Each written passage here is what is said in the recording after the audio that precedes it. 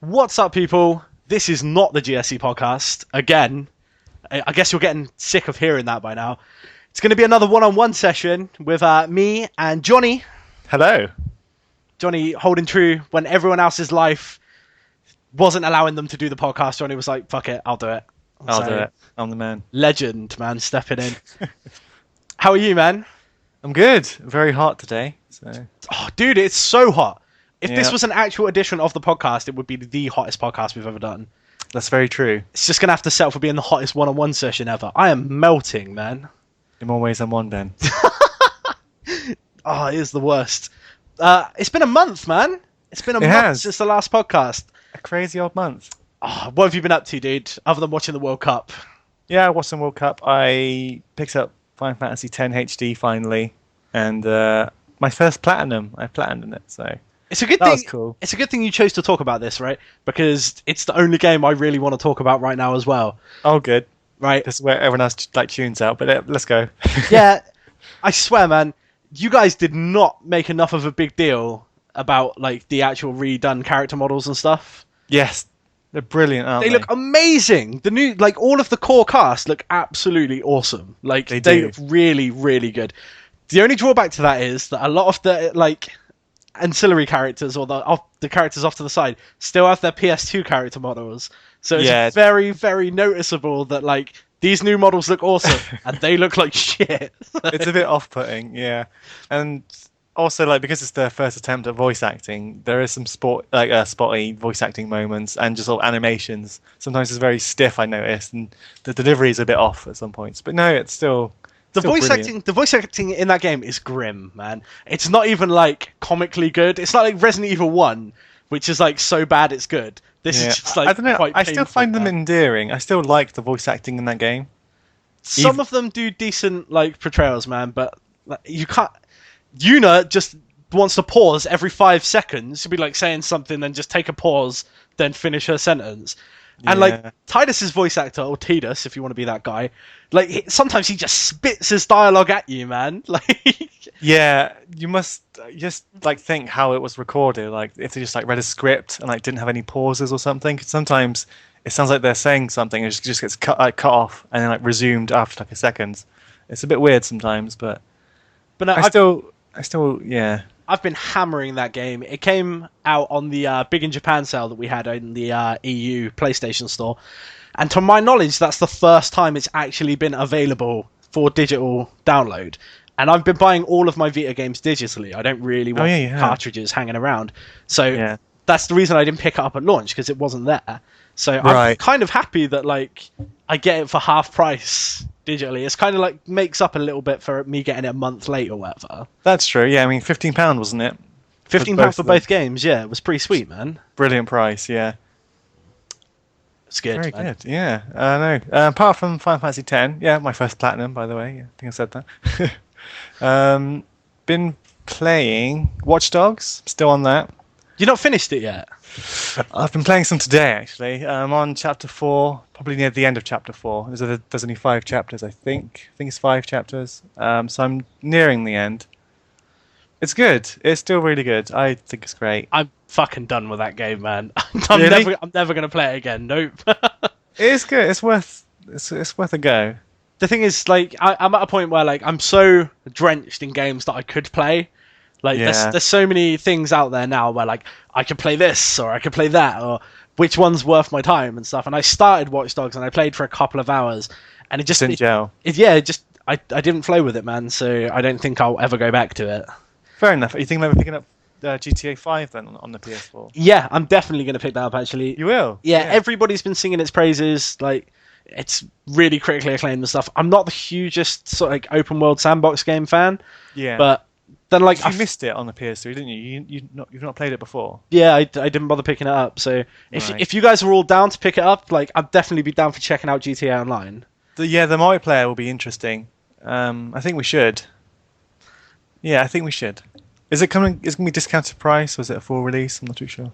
Probably, but I assume before release. yeah, Right? it's certainly going to be a full release on Xbox One and PlayStation 4. The PC version though might well be sort of a slightly discounted release. They usually are, aren't they? Anyway, with Yeah. PC. That's cool. And when's that out? Do we know? No, I don't think they've confirmed a release date for it, man. It was supposed to be in the tail end of this year, but there's no firm. There might be a firm date. I could be talking shit right now. I don't know.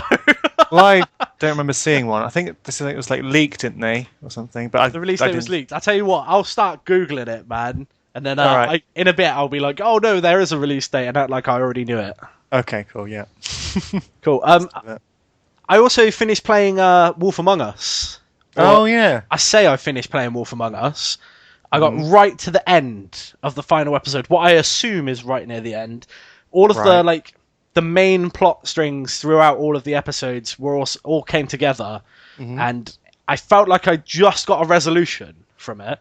Yeah. And then my game bugged out and restarted the episode. Are you serious? Yep, that is the worst, isn't it, man? What the Oh my lord. right at the end of the episode, I was like, yes, all of my choices throughout all of these episodes, like they've all played into this one moment. Everything came together, and I was like, I knew it. I did this right. Everything's gone in my favor. Like I've done this.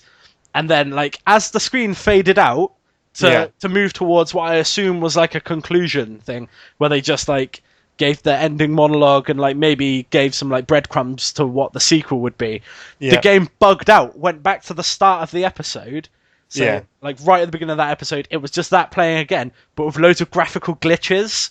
No. Like, certain character models weren't there and stuff. Like, there was just air speaking to me, man. It was pretty fucked up. So I switched off in anger, and now I'm going to have to go back and do it again, because there's been a lot of, like, talk and speculation as to, like, what actually happened at the end of the game. Apparently, there's, like, a what the fuck moment just after where my game bugged. Oh my god. I know, Maybe that was it. Freaking killed me, man. That's frustrating. Vex, man. Is there any other games that you've been playing that you wanted to mention, or do you want to save it for the podcast? I guess I say, well, I've just started Final Fantasy X too, because I hope to platinum that as well. And I was 10-2, which, like, the story I hated in that game. I agree. Yeah, it's a bit weird. But my God, man, did it not play so much better than the first game? The actual combat and stuff is so much better, I think. This is it. Like, it just seems so different. I couldn't believe, like, because I've forgotten what it was like, the combat system, and I sort of like misremembered it. But yeah, it's just so weird. Yeah, I just need to get used to it. I think it seems. I don't know. It's definitely like a side project, isn't it? The Final Fantasy X too. It doesn't feel like as well polished. I feel. And I mean, definitely with the story, that was an afterthought, because there are things in the story in Final Fantasy X too which really should have been hinted at in Final Fantasy X if that was the case, you know? Yeah, you can just see like they thought, oh, 10 sold well, let's just tack on this thing. That's what it's quite evident, I think, with the story as well. Otherwise, yeah, they would have hinted at that sort of stuff in 10, but it's still enjoyable. It's still, like you said, the combat is fun. I'm really hyped to get into it, actually. I'm quite far into Final Fantasy X HD now. Just took down Unalesca. I have to go and like get information from Maester Micah and then deal with Sin, right? So I'm on the fast track to finishing the game. You're near the end. The Dressphere stuff in Final Fantasy X-2 is very Sailor Moon-esque. It is, yeah. And the brand new series of Sailor Moon, or like the remake of the old series of Sailor Moon, Sailor Moon Crystal, just started, and I've been watching that in Japan. So it's like the perfect tie-in, man, for me to like get into it at this point. Is it good? Are you enjoying it? It's a hell of a lot better than the old one, definitely, man. Really? The characters are all a little bit sort of a little more elongated, or like bishojo is the word, or bishujo, which I'm fine with. But in the old one, her hair kind of just was like two long pieces of spaghetti hanging off the back of her head. Yeah. It was just like two long, solid masses of hair. In this, though, it's like they finally got a decent animation budget, and they want to show it, so her hair's just like wiggling about everywhere. Amazing. So it's a must-watch, then, is it? Because the hair. For me, anyway, man. Like, I mean, to me, like, Sailor Moon was one of the animes that got me into anime, man. It was that and Dragon Ball Z that were on about the same time. And that was, like, my first exposure. So it's, like, nostalgia to me, but I don't know, man. Fair enough. I quite like it. I will probably not check it out. You probably shouldn't. Yeah. Let's talk about some games news, man. Just do it. We've been speaking a lot about Kickstarter on the show, man. Over the course of like this show, like our fears of what could happen, or is it a good idea to fund games via it? Back in 2012, the Yogscast, who are a very popular YouTube channel or series of YouTube channels, they started a Kickstarter to make a game, which they were calling Yogventures, which is like heavily inspired by Minecraft. You know. Yeah. I guess their plan was to like this would be their game, and then they could do their Minecraft content in a game that they own, if that makes sense. Yeah. So it'd be like self-promotion and getting sales and stuff at the same time, which is fine, you know, if you want to do that. It makes good business sense. Yeah. But Very ambitious. so they put up their Kickstarter, and the initial goal was $250,000. Yeah. And they smashed that because they got $540,000. Wow. Right. Okay. So it's quite a bit of money and stuff. The developer that they had making the game was a team called Wintercool Games, and it was just a 6-man team. Well, So, okay. Just a 6-man team working on this project. 2 years later, they've came out today officially cancelling the project. So this is no longer going to be a game, and that is that. That's the bottom line, really. Wow. So what happens to all the money then? Well, that's just the thing. Kickstarter is something where you can pledge towards some, like the idea of something, you know. So there's no guarantees that that something will actually be made. Yeah. And there's also no like safeguards for that. It's not like you pledge towards something, it doesn't get made, you're entitled to a refund, you know, because you funded the making of this project. I see. So regardless if it gets made or not. I didn't note down the name of the game that they've offered people instead. There's another game that they've offered people access to who've like gone that route. But looking at some of the actual like pledge levels that they had, man, I'd feel bad if I was one of these people. A couple of the levels, like there was a few available for $5,000 to be in a Yogscast video. Oh my god! Yeah, a couple of them at $10,000 to have lunch with the Yogscast crew and stuff. That's all like pledge reward levels that they were offering. And I think a few people did actually go for those as well. That's insane. On a project that's now just been straight up cancelled, man. Yeah. Now, what the Yogscast was saying about this is that like they didn't want to promote what Wintercool were making because they didn't feel that the game was like of a high enough quality to release to their fans. Right. Okay. But I think Wintercool were relying on them doing content on the game as it was being developed to help them get pre-orders, to help the thing keep going. I see. But I mean, these things happen, man. And now there's going to be like a large outcry. Lewis sent out a letter to all of the backers saying that he's looking to sort something out so that they're not left empty-handed. Okay. But ultimately, I mean, he doesn't really have to do anything. Yeah, it's not really his responsibility. That's one of the things with Kickstarter, you know, like there's no liability in that if you can't deliver, you know. Yeah, it's a big risk you're taking.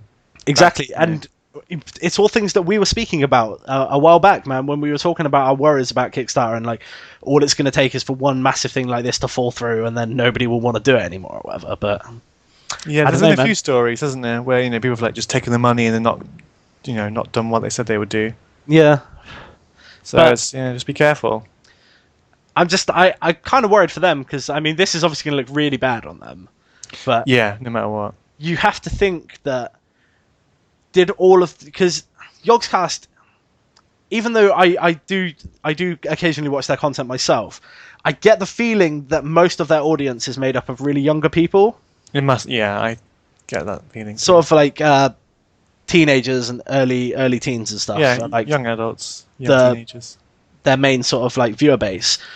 Now, if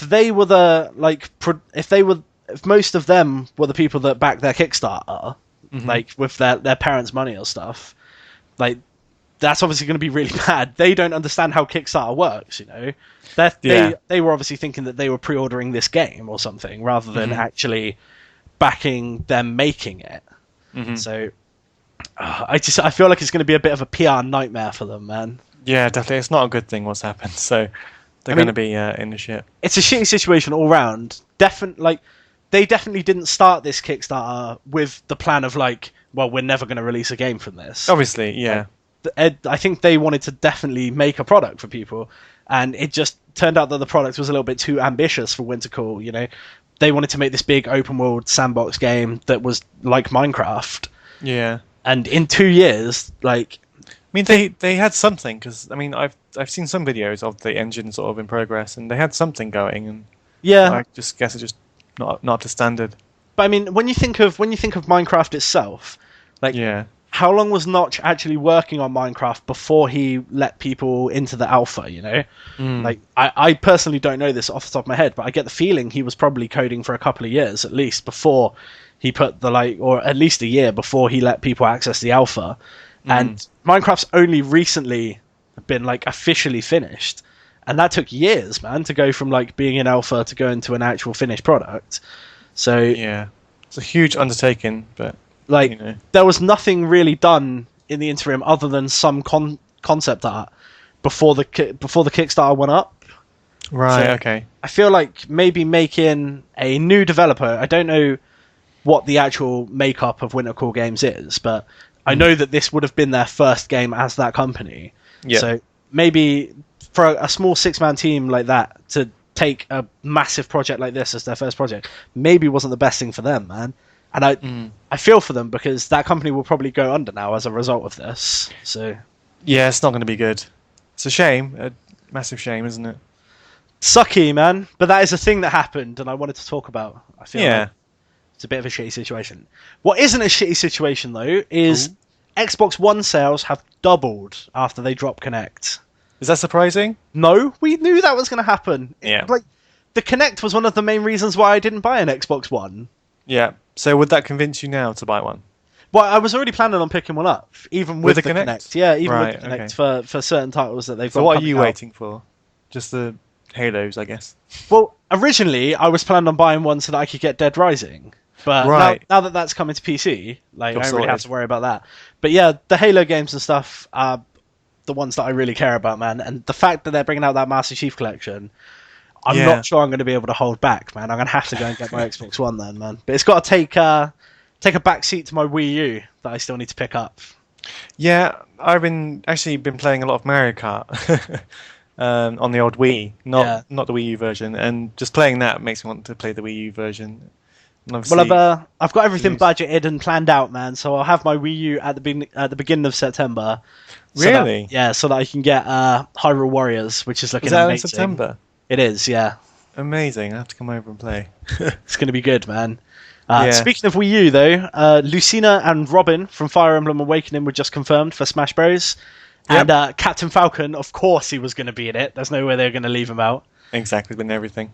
Robin, at brilliant. first, I was like, is Robin from a different game? He looks a lot like the player avatar from Fire Emblem Awakening, but I don't remember his default name being Robin. I guess this is just Okay. the default name they've given him, or her. Maybe. Yeah, because Because- it has both. All right, you can be the boy or the girl. Yeah. But it definitely is. It's confirmed as the player character from Fire Emblem Awakening, which is awesome because Yeah, it looks great as well. I watched the trailer, and the combat looks really fun. More Fire Emblem characters. Lucina, I'm very surprised that they added her, because for plot reasons, it would make sense if Lucina's character was just a reskin of Marth. Yes. But I don't give her care. her own. And yeah, like she's fine being her own character. It's not like they haven't done this in the past with like Link and Young Link being ostensibly the same movesets but with slight differences and stuff. So Enough to give two different characters. yeah, so I'm fine with that, man. And I'm just so hyped for Smash Bros. Yeah, it looks fantastic. I'm really excited for it. I'm really, really excited, man. I suck at Smash Bros as well. I'm so you bad. don't, you're at not it. too bad. I'm the worst. Do you not remember our last tournament? Yeah, eh? it's awful. I don't know how often Diwa plays this or whatever, but she was destroying me. Yeah, she's pretty Oh good. my god. So Shocking. are you still going to get the 3D, but the 3DS version, or are you going to wait? Well, yeah, for the... I definitely will because the 3DS version is going to be out soon, isn't it? So it's going to be It out is, yeah. earlier. So I think I'll pick that up and then that will like tide me over until the actual version that I want comes out. Yeah, that's That's cool. fine. And the last thing I wanted to mention today, really, because it's been so hot. All I've been doing outside of playing Final Fantasy X is trying to not die. Yeah. Is BioWare are looking to their fans via an online questionnaire that asks you what type of games you play and what features you look for and stuff about Mass Effect 4. Yeah. Which I don't know what that says, really. Like, are they that worried about fan reaction this time to Mass Effect 4? Or Well, I think because 3, obviously there's a huge backlash about the ending of that. I think they just don't want to mess it up because obviously Mass Effect's loved by a lot of people. And obviously you're really into Mass Effect. Yeah, I mean, I took their questionnaire. You did? And what did you say? Well, the first page is strange because the first page asks, what games do you play? Right? And there's a huge list. There's like Elder Scrolls, Dark Souls, like the masses of them, and you just tick every game that you've played, right? Yeah. And then underneath there's a thing that says like, what games have you played in the last week? Yeah. Which you sort of fill in yourself and stuff. And then after that, it starts moving into more sort of Mass Effect questions, like relating to that, like like RPG centric questions that like say like, what do you look for in an RPG? Do you look for level grinding? Do you look for combat? Do you look for story progression and stuff? There's like lists of things, and you can like click 3 of them, like out of the 6 or 7, as to like what you were looking for. And then it moves to more towards like Mass Effect, and where it's like, what are you looking forward to in Mass Effect 4? And then there's like a scale of like the whole like strongly disagree to strongly agree thing, but like a scale of 1 to 7 on how much you're looking forward to something. Okay. And I ticked off like story most of all, and then exploration as well, like on the mass one, on the highest level. Yeah. And then combat and customization about halfway, because I care way less about them, I think. Okay. And then they asked for like some elaboration on that as well, like elaborate on why you want these things. And my comment was that I feel that their strongest thing that they've done with Mass Effect is create the universe itself. Definitely. So I think that they shouldn't feel that they need to tie in any way into the previous Mass Effect trilogy, because although Shepard was the protagonist of the series, the universe itself was the star. So yeah. So we'd move away from Shepard, obviously. Definitely, yeah. I honestly, I wouldn't care if there was no contact with any of the previous characters in this game. As well, really? If this was just an entirely new cast, like, you could obviously mention other characters that are important within the civilization and stuff. Yeah. But I don't feel that you need to, like, shoehorn old characters in or anything like that. I see. And I kind of feel for BioWare as well, because, like, at the end of Mass Effect 3, there was a huge uproar about the ending. Mm-hmm.